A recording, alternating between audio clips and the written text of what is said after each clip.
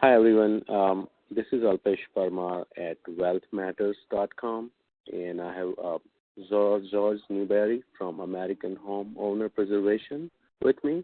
I like what George has been doing with this company, and that was the whole reason I invited George on this webinar.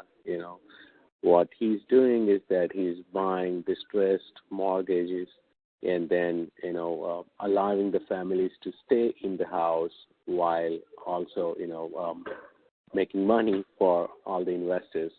So I think it's a win-win for everyone involved here, and that's the main reason. And by the way, I have already invested with, AHP, and I'm planning to invest more as well as we go. And again, the biggest reason I invested was that the money is pretty much available all the time. On top of that, the minimum investment is only $100. So that means anyone literally can invest, with George. So without further ado, I would like to hand it over to George. Here you go, George. Thank you for the introduction, Alpesh, and for having me on the show, on the webinar this evening to share with your audience. So what we offer, it's American Homeowner Preservation. What we do, in a nutshell, is we purchase pools of defaulted mortgages from banks and other lenders, and we buy these at big discounts, and then we work with the families. If they want to stay, we try to deliver sustainable solutions so they can stay in their homes. If they don't want to stay or the home is already vacant, we'll offer them cash to sign a deed in lieu and avoid the time and expense of a foreclosure proceeding. We also offer lump sum settlements that are typically at big discounts from what the family's owed. And so what I'll do is I'll go through a few slides here and give you a little bit of a background. We buy nationwide. We even buy in Puerto Rico, Alaska, and Hawaii. The only states we haven't bought in are Wyoming and North Dakota, and we're hoping over time that we'll be buying those states as well. Wow. Now, we focus on the low to moderate income neighborhoods. This is where the greatest need is from a social perspective and also where the greatest rewards are financially. Most of the bigger Wall Street funds and banks don't see that much value in focusing their resources on these lower value mortgages, and so as a result, they end up selling to us at good discounts. I mean, the market is huge. There's over $300 billion in underwater mortgages, and again, these are focused concentrated in the low and moderate income communities. We've bought over 3,000 loans since 2011. We've averaged over 20% returns, and in fact, in the last this probably needs to be updated because in the last 90 days, we've purchased more than 1,300 loans. We've saved more than 1,000 families are still in their homes as a result of our efforts. More than 1,000 vacant homes are back in service. We've extinguished more than $100 million in negative equity, and each year families are saving more than $4 million per year due to the reduced monthly payments that we've delivered. To give you a brief timeline, we started out as a nonprofit.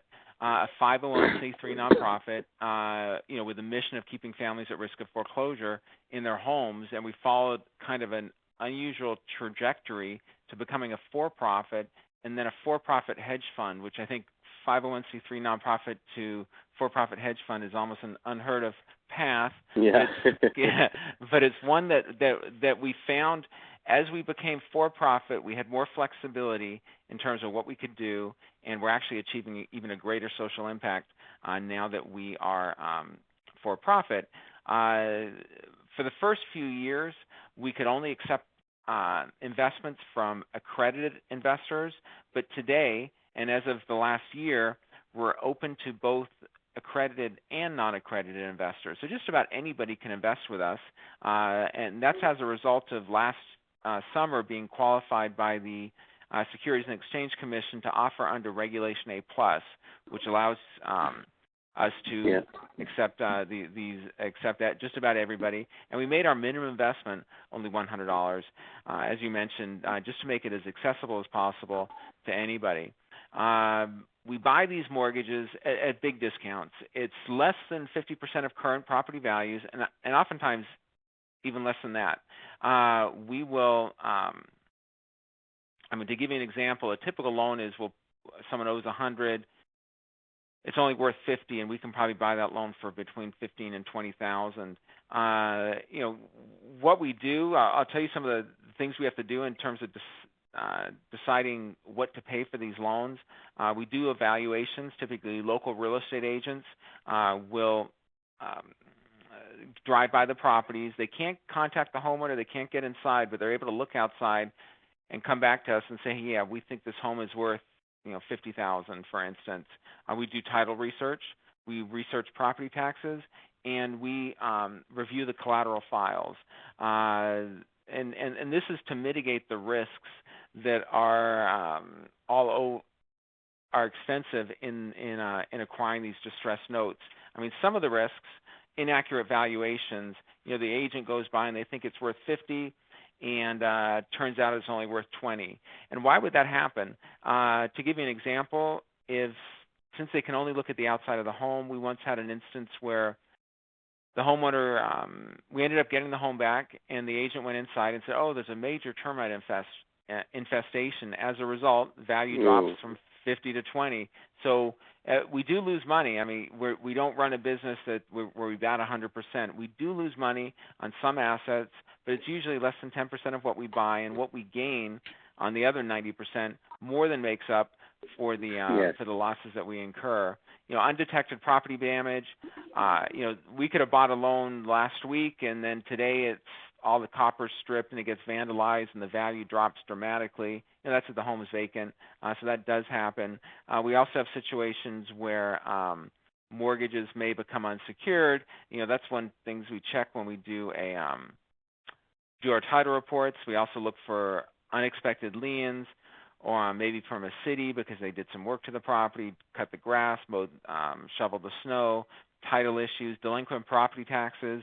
Many of these families, if they don't pay their mortgage, they're not paying their taxes, and so that's fine. We expect it, but we just need to know exactly how much is due so that when we buy these loans, we can go to the seller and say, okay, we agreed to pay $1 million for these loans, but there's $158,000 in delinquent property taxes. If that's the case and we can document it, in most cases the seller will say, okay, well, pay us the $1 million minus the $158,000.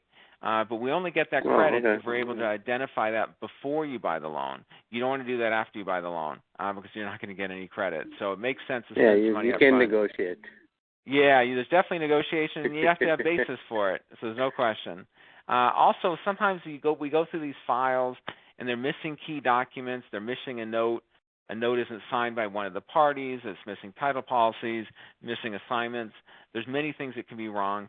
Basically, this is a business of solving problems to generate returns, but we have to find those problems before we buy. If we don't, then we're creating a situation where we could lose money. I mean, the reality is we really make money when we buy the loans because that's when, if we buy them right, then we've built in, all we have to do is execute our strategy in order to get our money back and generate a good return.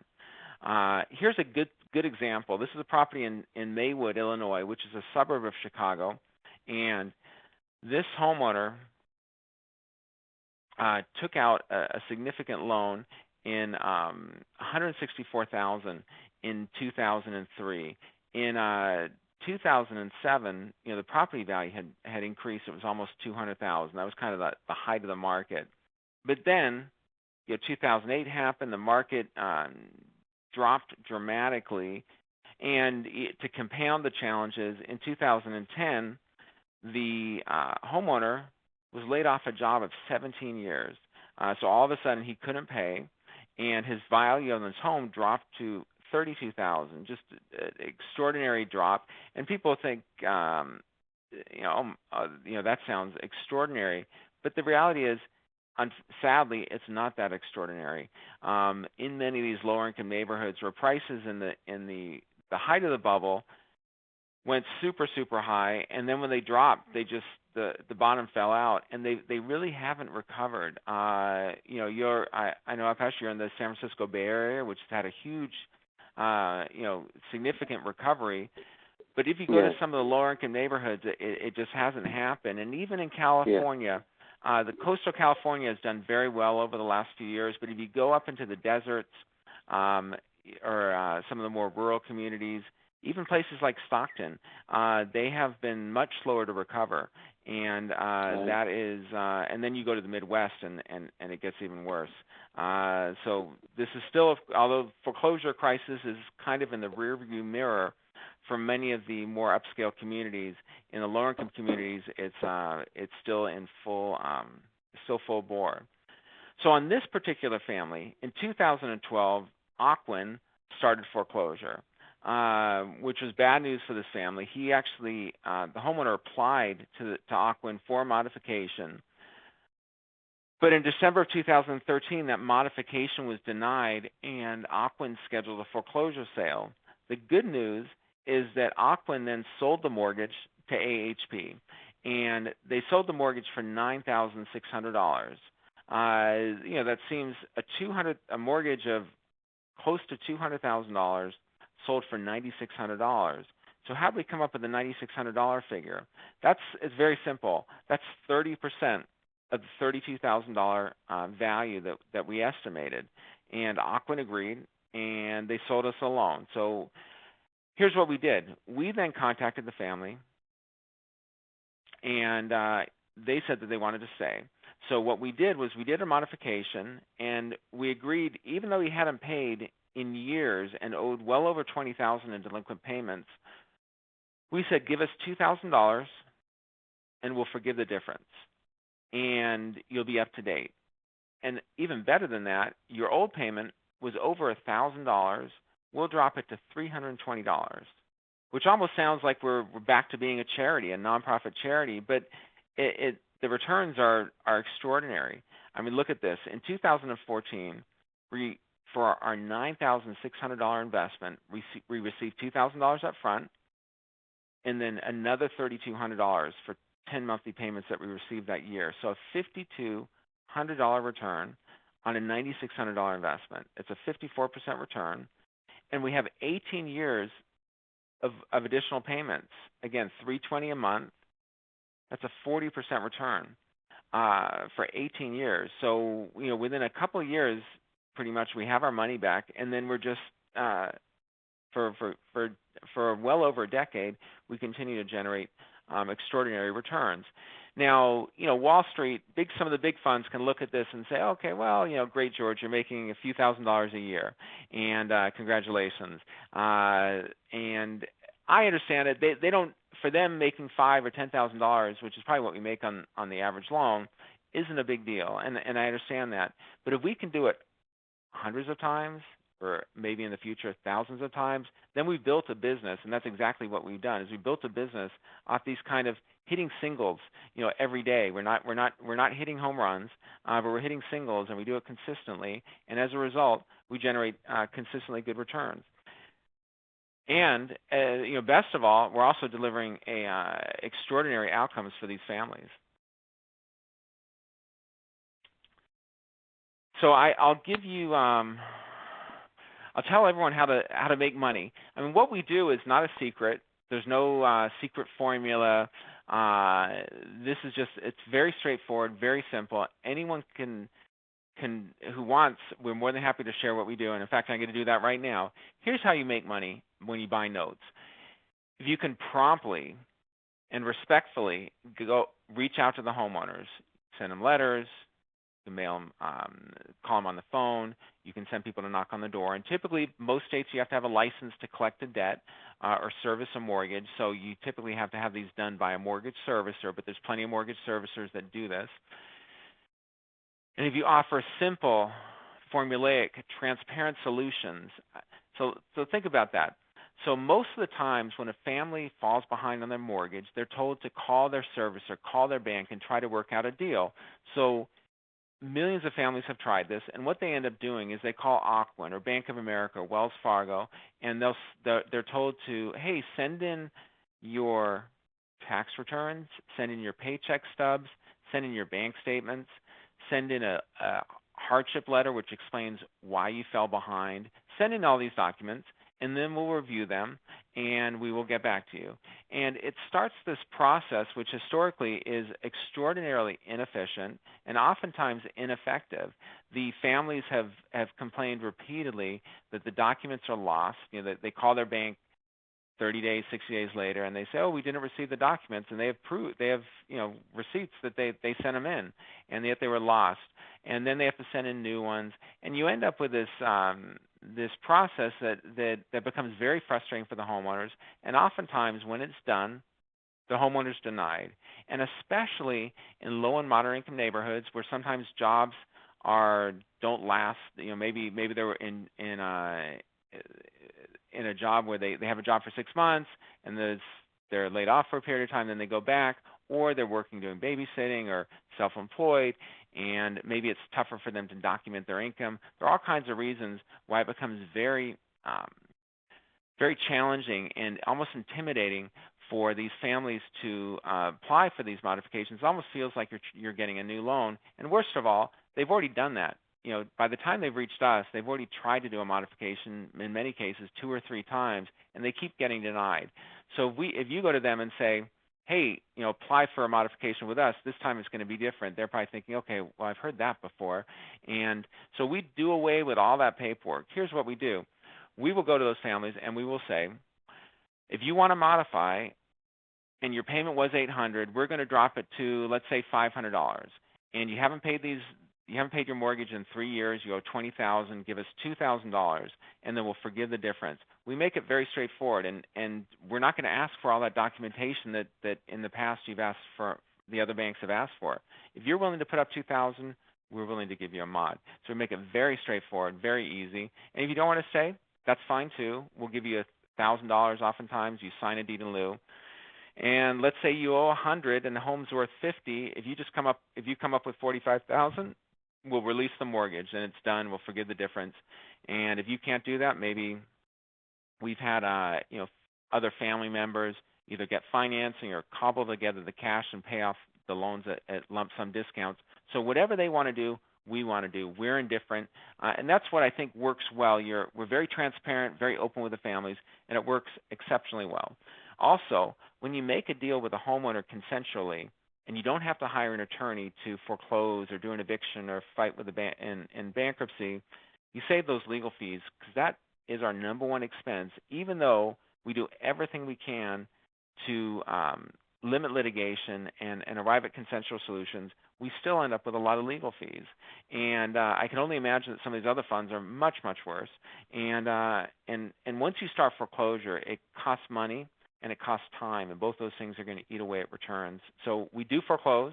I mean, it happens because we can't allow the families to stay in their homes without paying. Or it could be something as simple as the homeowner's deceased, or it's a divorce and no one can agree on what to do, and so we have to start the foreclosure. But our biggest thing is foreclosure. Sometimes just starting the foreclosure is a tool that's used to provoke a response. So that family that has been sitting there for 3 years without paying maybe got comfortable, and we come around and say, "Hey, we'll cut your payment in half." And they're saying, "Okay, that sounds okay, but it's not free, and no one else is foreclosed, so maybe we'll just keep staying here for free." So that's going to end once we buy the mortgage. We either make a deal. If we can't make a deal, we'll start foreclosure. But even if we start foreclosure, if they call in and say, "Hey, what about that mod? Or what about that deed in lieu?" We're still open. We'll still make a deal. We've at this point we've worked at the biggest challenge on these is the servicer. The servicers are oftentimes used to executing the playbook of the banks and Wall Street funds, and just a lot of other people have simply followed along and said, "Hey, if there's a mod, you got to get all these documents.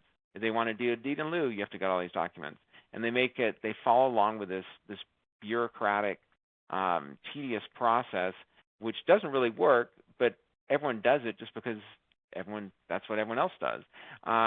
So if you get a servicer, they're probably going to say, "Okay, we'll do it like we do for everyone else." And that's become so frustrating for us that we've actually experimented a few different things. We've experimented with an in-house servicer branch, where we actually have a branch of the servicer here. And right now, we're going a step beyond that, and we're actually obtaining licenses to service loans in all states. We're in process of that, and we're hoping by the year we are a servicer, not just for our loans, but over time we'll be able to offer servicing to other note buyers Oh, wow. and even other institutions. Yeah, I think that'll be a big step forward for us because So it's is that going to be a change in the business model, or that'll be a separate service company? it's a separate servicing company, but it's AHP servicing. So it's basically executing our strategies. And instead of having a vendor do it, we will do it. And it's probably something that will take over a year to be in all states, but we'll be in some states in just a few months. Some states may take up to a year, but we're excited about it. We think it's going to be another big step forward and give us even more control over the process. Okay, interesting. Yeah, and then Alpesh and some of your client and some of your audience, as you buy notes, we'd certainly be love to service those for you as we get this operation going, because we think that's a key component. Is other people Yes. want to do what we do, and we can do the servicing, which is a big part of it, and we can help that many more families if we do it like this. One other thing. Yeah, we should definitely talk about it. Yeah, absolutely. I'm also looking into the same area, so yeah. One thing that we do is our loans are currently held in a trust. The trustee is U.S. Bank, and this is a setup. It's a structure that we took from Wall Street, and Wall Street still does it, and they did it a lot at the height of the crisis, is setting up these mortgage-backed security trusts, and they put could be U.S. Bank or Deutsche Bank or any number of Wells Fargo who act as the trustee. And the advantage of this is, one of the advantages is that many states require a mortgage holder to have a license to own a mortgage in their state. But if you're a bank, then you don't have to have a license. Or if the loans are held in a trust with a national bank trustee, the same thing. You're exempt from those licensing requirements. So that's why we do it. That's why the big Wall Street funds do it. So that's we think it's a great structure. It's also an extra layer of protection for investors. Now, it's very easy to lose money. Just as you can make money in this business, you can very easily lose money. If you're aggressive with the homeowners, oftentimes they will engage counsel to get attorneys, and you can end up in a situation where they're paying an attorney and you're paying an attorney, and it can go on for years. And some of the attorneys will advertise that, hey, I'll keep you in your home for years without paying. Just pay me X amount of dollars per month. And they'll do what they can to drag it out, knowing that eventually the family's quite likely going to lose their home. But in the meantime, they're staying there and they're paying the attorney, but they're not paying the mortgage company. So you want to avoid those fights at all costs. And if you avoid those aggressive, abrasive collection efforts, that'll go a long way towards doing that. When you tell a family that send in all your documents and we're going to use our internal analyses to determine what payment you can afford, it's complicated, it's opaque, and it's customized. Each person is getting a different deal, and which for me doesn't work. I'll tell you one thing I really like about our model is that if you're in California or you're in Maine or you're in Alaska, if your home is worth $50,000, everybody gets the same deal. You're all going to have a payment of $500.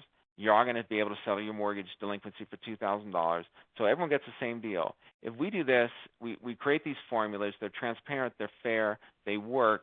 It's much, much easier than making a customized deal for every single homeowner, especially when to arrive at a customized deal, you have to go through all these complicated steps, which often results in what we call a paper circus. These families have to send in documents over and over, more documents, updated documents. It just, all of it does not work. And these, as I mentioned before, these prolonged legal wars between homeowners and lenders, no one wins except for maybe the attorneys.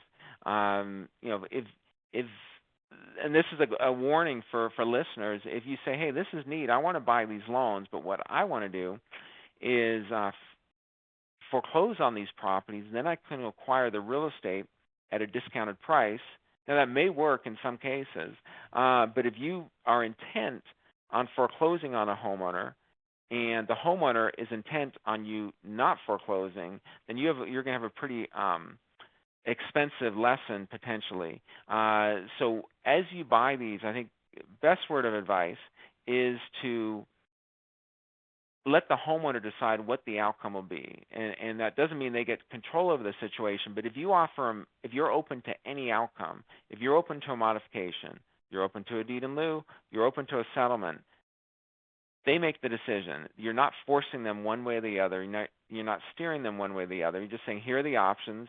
You should be able to make money on all of them, and that's what works. But if you're intent on one or the other, which is usually I've heard is, hey, I want to foreclose on your home, and they don't want to do it, that's going to not work out well in most cases. Outsource servicing. I should change this one, and I will change this one in several months. This is the problem. When you outsource servicing and you just say, hey, servicer, make me money, think about it. The servicer will make anywhere from $50 to $100 a month on that loan. They'll be charging you as the owner of the loan. They'll charge that to service the loan. Now, if they get a resolution in a month and the homeowner pays off the loan at a discount or gives a deed in lieu, and then they've only gotten their $50 or $100 for 2 months, that's not very good. So unfortunately, with servicers, it's often to their benefit the longer the resolutions take, unfortunately, it's better for you as the mortgage holder or us as the mortgage holder. You want to get it done as fast as possible. So there's this constant tension that the servicers want to keep them. I mean, they benefit the longer it goes. The investors, mortgage holders, want to get it as short. So you'll find the interests are disaligned, and as a result, you often see these things taking much longer than they should. And they'll blame it on inefficiencies and whatnot, and there's certainly some of that, but it really is, unfortunately, the financial incentives are disaligned. So I would certainly, with AHP, with our new servicing company, we definitely are trying to better align those incentives. I mean, even worse, this is Aquin, but some other mortgage companies have done it as well.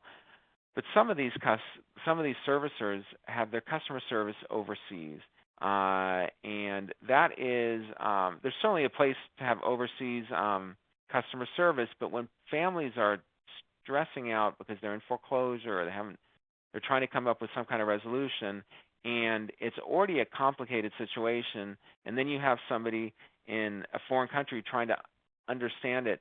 There's been, I think that. The servicer will say, well, it's so much cheaper overseas, but I don't think they get the results that they could get if they had better trained employees in America doing those resolutions. And we've certainly, our experience has showed that. Loans in an unlicensed entity. I mean, this is a tension. So a lot of smaller investors start in the business, and they may buy a loan in a state like Georgia, and Georgia has occasionally enforced a law which requires that those mortgage holders, just the holder of the mortgage, has a license, and they find owners for not holding the loans in a licensed entity, and so that is a way to lose money. There have been a couple of big fines. The only states that have really been aggressive with it have been Georgia and I believe Massachusetts. But many other states have those laws, and they just because they haven't enforced them regularly doesn't mean that they won't in the future. One thing to think about and be cognizant of constantly is you need to have a sense of urgency, because very unlike real estate in many cases, a non-performing mortgage, a loan where someone is not paying, it will lose value every day. It's not going up in value, because if they're not paying, that the property value, the property condition can deteriorate. There can be vandalism. Property taxes are probably going unpaid, so they're going up. And even the collateral file.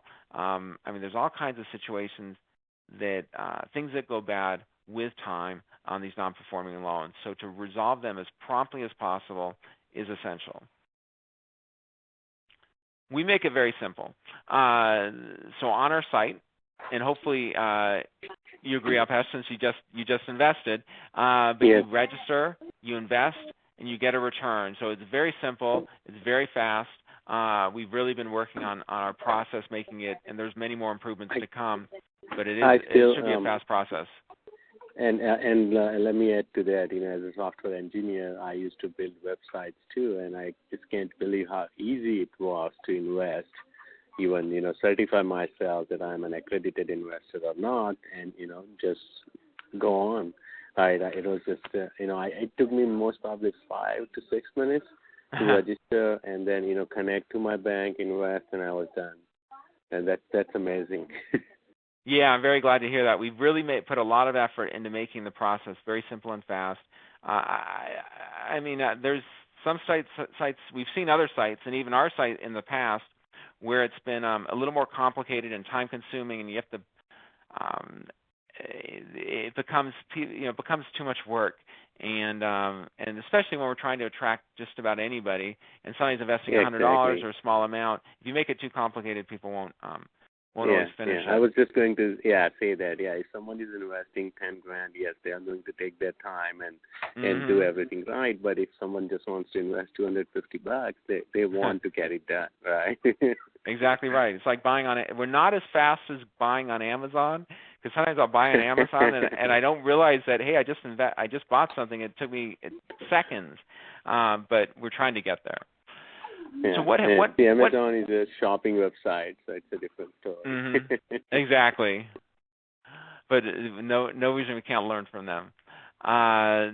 So what happens with your investment? When you invest with us, we use that money to buy these non-performing mortgage pools. We buy them at big discounts, and then we work with the families, try to find the sustainable solutions that work for everybody, and then the returns come back to the investors.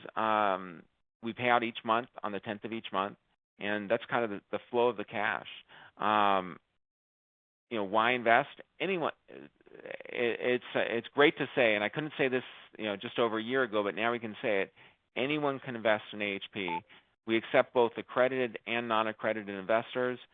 Again, we've said this a few times, but the minimum investment is only $100. We just post our audits on the site. For last year, we earned a 39.71% return. We paid out 12% to investors.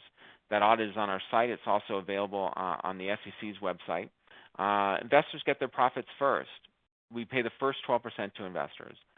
Liquidity. If you need your money back early, it's a 5-year fund, so you're making a 5-year investment. But if you need your money back early, with a 30-day notice, you can redeem the available cash, and we'll basically redeem it from cash on hand with the company, or we will sell the interest to another investor. The only caveat to that is if it's liquidated in the first 6 months, the returns are reduced to 10%, and in the second 6 months, they're reduced to 11%. After a year, you can liquidate at any time, and you'll get to keep the full 12%. Okay. So, this is also another, reason why I invested. Because, while I'm waiting to find a deal on maybe let's say single-family rental or a multifamily, instead of keeping that money, in the bank and getting maybe 0.01% or something, that it's better to get at least 10%. So, the liquidity is the key, and I think it's amazing, how it works. So if I keep the money for a year, I do get the full 12%. That's exactly right. And this isn't built yet, but working on building functionality. Right now, if you do decide you need your money back, then you can simply contact us by email or phone, and we'll send you out a form to sign. But we're building that functionality into the site. So basically, you'll be able to add to your investment or withdraw or redeem. And you can redeem all of it. You can redeem part of it. So we're trying to make it as user-friendly as possible. So there's our web developers are working constantly on improving the process, so we hope you'll see those upgrades soon. As I mentioned before, these loans are all over, even Alaska, Puerto Rico, Hawaii. The only 2 states we haven't had invested in so far are North Dakota and Wyoming, and my expectation is over time we will hit those states as well. And our biggest state so far is Ohio, which was hit hit very hard by the downturn and continues to struggle with recovery. And so we end up with a lot of loans there. I expect in Puerto Rico has had extraordinary financial distress that's been going on for a while, but especially acute recently. And I think we're going to end up seeing a lot more loans in Puerto Rico in the very near future. And the homes are all... Puerto Rico, yeah, they're struggling too, yeah. Oh, it's very, very difficult there. So here's how the transaction flows. You can start, your investor money comes in here. It goes to our escrow company. It's processed by Fund America. It goes to Prime Trust, which is the escrow. Then it goes to buy the loans. And when it goes to buy the loans, it works through our fund administrator, which is Gemini, and they have a bank account at Bank of Montreal. After we buy those loans, they go to the servicer, which currently is Security National Servicing, and that money is generated in the form of payments and sales of the REOs, and that money comes back. It goes to U.S. Bank, which is a trustee, then goes back to the Bank of Montreal Harris Bank account, which is administered by Gemini. Gemini will then use that money to pay expenses and the management fee. And also, some of the money will come from that Bank of Montreal account, will go be processed by Fund America and go back to the investors each month. So this is kind of the cycle of the cash. We've been covered in the media extensively. Google search will show that. American Banker, Bloomberg, a lot in Reuters. So a lot of good stuff over the years. We always appreciate having the story shared. Again, anyone who's interested can go to ahpfund.com and invest. Currently, we have 331 investors. 1,483 mortgages have been purchased, and $8 million has been raised. Again, this is just in the 2015A fund. This is our fifth fund, the first one which is open to everybody. And we're hoping that if you're interested, that you take a look at the site and learn more, and if you're so inclined, is to make an investment. Again, $100, you can be an investor in distressed mortgages and help some of these families that are struggling. And Alpesh, any questions that you have? So, this was great. Thank you so much, John. I may have more questions. So, I would want to get this on the webinar. That when does this fund close, and how does it work? So it's a rolling fund. When would you close it? And sure. If someone invests the money today, when do they actually start getting the cash flow? Maybe that should be my next question. Yeah. Okay. There's a couple of parts of the question. So the easy one is, if you invest today, the money will come out of your account probably Friday or Monday. Today's Thursday. So let's say it'll come out the next within 1 or 2 business days. Now you'll start earning from the day the money comes out of your bank account. The money will actually go to an escrow company, and it'll be held there for up to 10 days, and then it's released and actually becomes invested. But during that period, you're still earning a return. The other part of the question was, when do I start receiving the? Yeah, when do I start receiving? When do you start? Cash flow? So you'll start receiving on the 10th of the month following your investment. So if you make an investment in June, any day in June, you will receive a distribution on July 10th. That will be for the month of June. And if you don't invest on the 1st of June, but you invest on the 15th, then it'll be prorated. So it'll be for half a month or however many days that you were invested for the month of June. And then after that, August, you'll get a return for the full month of July and monthly thereafter. Got it. So basically, at 12% annual return, I'm getting 1% a month. Exactly right. Okay. So if I, just to put this on the webinar, so if I have invested $10,000, I'm getting $100 every month, and that's exactly pretty, right. Pretty neat. Yeah, it's compared to, banks, as we talked before this, they're paying, roughly 1% a year, so it's quite a difference. One more question regarding the company. How long have you guys, I think you mentioned that already, but how long have you guys been in business as for-profit, and where are you guys located? Sure. So we're in Chicago, Illinois, but we started in Cincinnati, Ohio in 2008, and we were originally a 501c3 nonprofit. We had the IRS designation. But in 2009, we actually became a for-profit, and then in 2011, we became a hedge fund, and we've evolved. The model's kind of constantly evolved. Now we're online. We're raising money online. I mean, one interesting note is when we first became a hedge fund in 2011, our minimum investment was $250,000. Then when we went online for accredited investor-only crowdfunding in 2013, the minimum investment dropped to $10,000. And then last year when we became approved under Regulation A+, the minimum investment dropped to $100. So we've constantly tried to make it more and more accessible to more and more investors. Oh, cool. And how many employees do you have in the company right now? We have about 16 employees. Got it. And they're all located in our Chicago office. So, okay. And do you have offices, in other parts of the country, or is it just Chicago right now? Just Chicago. Although we operate across the country, our office is in Chicago. Got it. Okay. Now, I think that's all from my side. We pretty much covered everything, and as I said, I'm pretty intrigued by, what you do and how you do it. And that was the reason I personally started investing, and I would highly recommend anyone listening to this webinar. Also, they can reach out to me as well, and I can connect them with Brandy if they have any other questions as well. I appreciate that. Yeah, Nico, we're always open to questions. We welcome questions.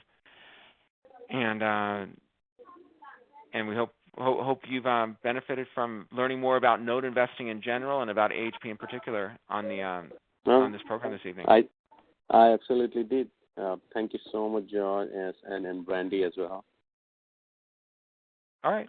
Well, have a great evening, and we look forward to talking to you again shortly. Yeah, will do. Thank you so much again. All right. Bye. Thank you both. All right. Bye.